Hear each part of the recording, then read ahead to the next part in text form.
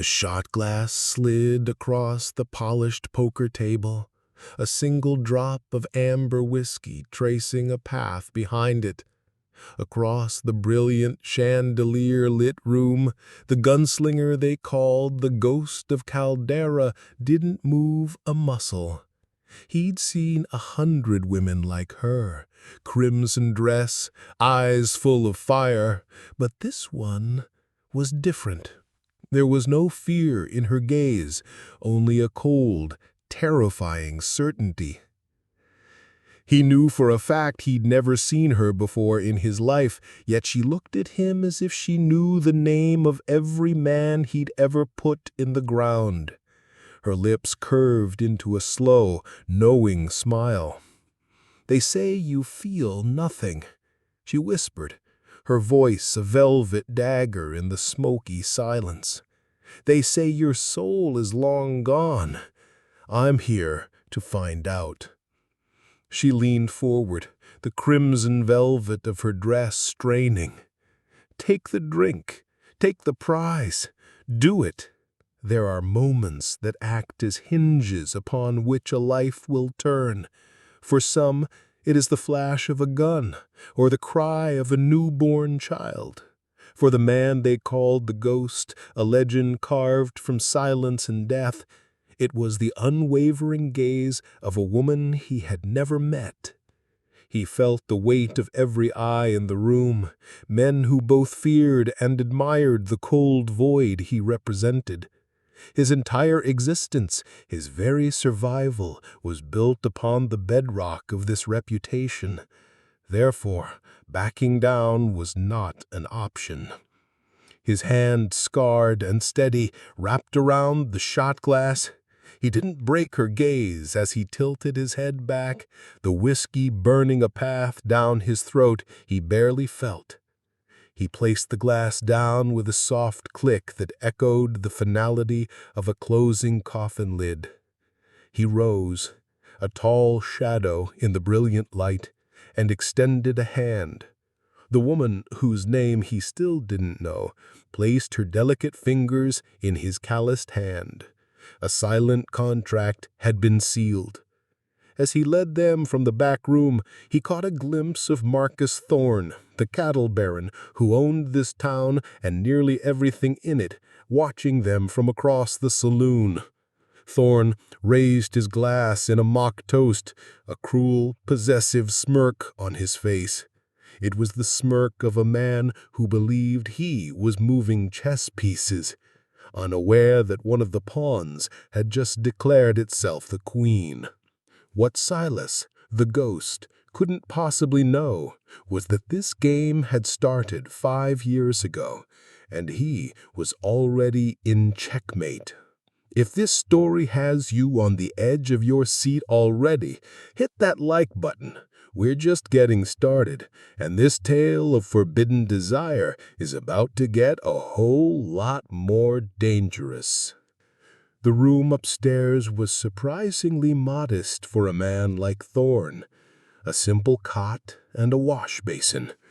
The woman slid from his grasp the moment the door was locked, a tangible distance opening between them. "They call you the Ghost," she said, her back to him as she looked out the window at the dusty street below. "But that's not your name, is it, Silas?" The name hit him like a physical blow. No one had called him Silas in a decade. It was the name of a boy, not a legend. A name that he had buried under a mountain of bodies and whispers. His hand instinctively moved toward the Colt on his hip, a motion as natural as breathing. "Who are you?" His voice was a low growl, the first words he'd spoken all night. The Ghost never spoke unless it was to pronounce a sentence of death. This quiet validation of her power seemed to please her.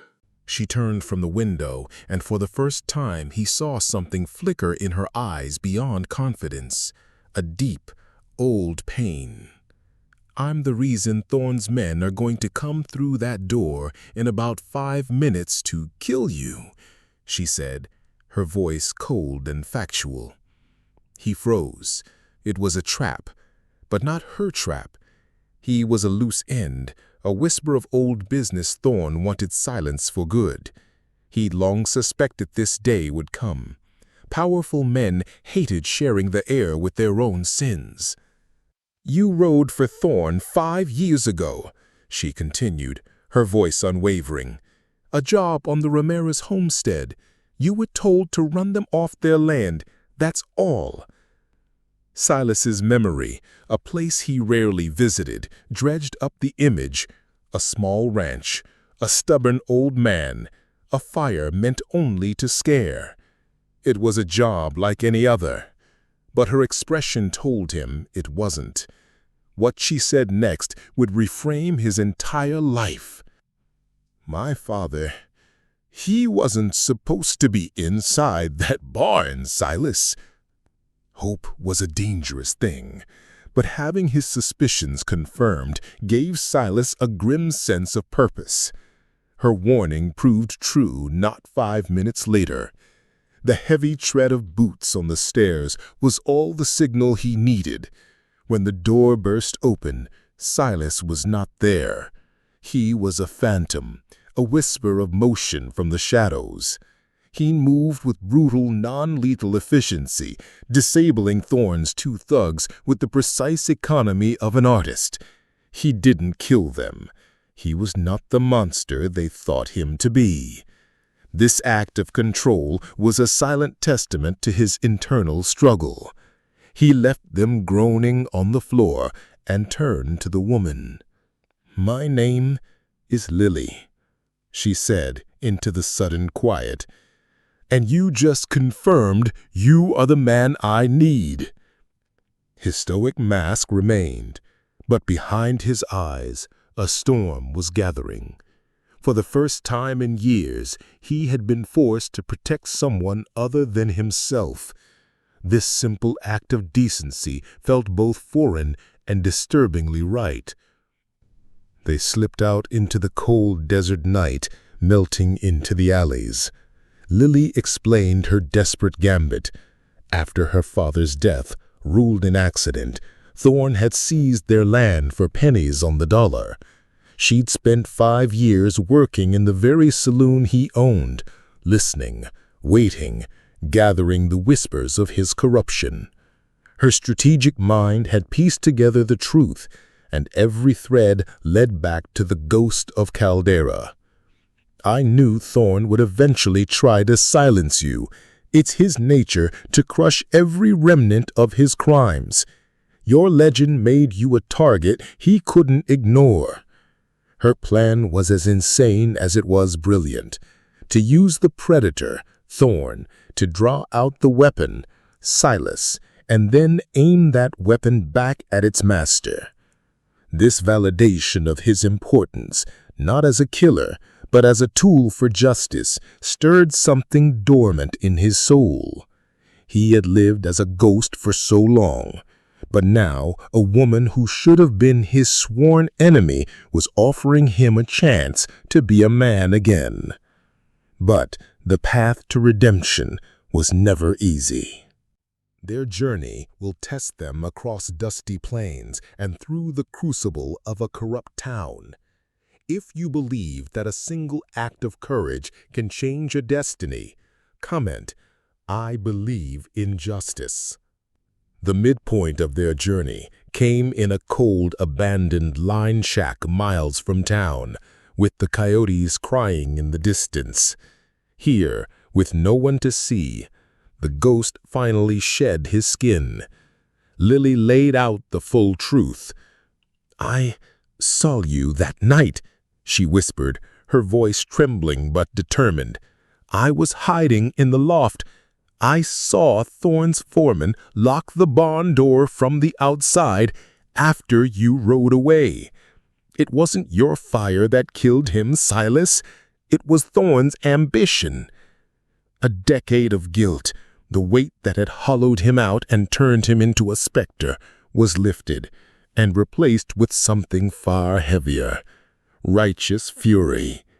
He realized his entire legend, the fear he commanded, was built upon the foundation of a lie. He was not a murderer. He was a pawn. In that 5-second moment, the Ghost of Caldera died, and Silas was reborn, not as an avenging angel, but as a man with a debt to pay. The taming of the beast had begun, not through force, but through the devastating power of truth. Their mission was no longer about survival. It was about tearing down an empire. But Thorn was not a man to be trifled with. Realizing his hired guns had failed, he pivoted. By dawn, every bounty hunter and desperate man within 100 miles knew the news. $5,000 for the Ghost of Caldera, dead or alive. The entire town, once a place of passive fear, became a sea of active enemies. Every shadow held a threat, every friendly face a potential betrayal. They were isolated, hunted, with the full weight of Thorn's corrupt world pressing down on them. The community that should have sought justice was now the instrument of their persecution. Silas, the lone wolf, found himself in an unfamiliar position, his protective instincts roaring to life. His every action was now bent toward shielding Lily, the woman who had single-handedly resurrected his soul, only to place them both in the crosshairs. Their shared danger forged a bond deeper than any simple romance. It was the unwavering loyalty of two soldiers in a war no one else knew they were fighting. They were finally cornered in the town's livery stable, the sounds of a posse gathering outside. Hope had dwindled to a single, flickering ember. "It's over," Silas said, his voice grim as he checked the last of his bullets. "But I'll get you out." Lily simply shook her head. A small, triumphant smile touched her lips. "He thinks he has us trapped," she whispered, pulling a small, leather-bound book from a hiding place inside her dress. "But you can't trap someone who holds the key to the entire prison." It was Thorn's private ledger. For 5 years, she had meticulously documented every bribe, every land grab, every crime, using her position as an invisible saloon girl to gather evidence. This book was the one thing Thorn feared more than any gunslinger. What she revealed next was the true genius of her plan. She had hidden the original pages, the most damning evidence, in the one place Thorn would never look. Tucked inside the hollowed-out Bible in the very church he funded to polish his public image. The final confrontation was not to be a gunfight, but a reckoning. The final act took place back where it all started, in the Grand Saloon. With Silas standing guard, a silent, deadly promise of retribution, Lily stood upon a poker table. She didn't shout. Her voice, amplified by the stunned silence, was clear and cutting.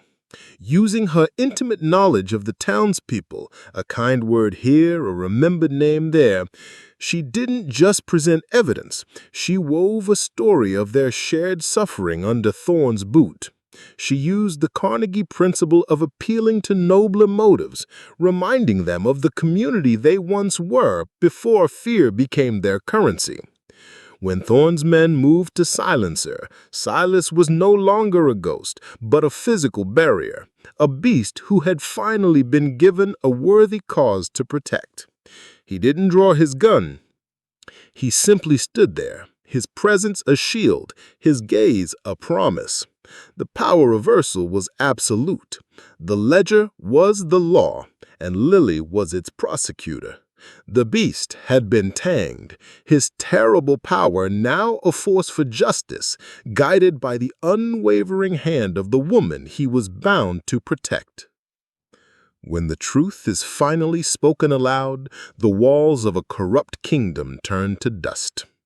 Thorn, stripped of his power by the words of a woman he never even truly saw, was arrested by a sheriff, suddenly reminded of his oath. The town, awakened from its long slumber of fear, celebrated Lily as a hero. In the quiet aftermath, Silas and Lily stood outside, the noise of the saloon a world away.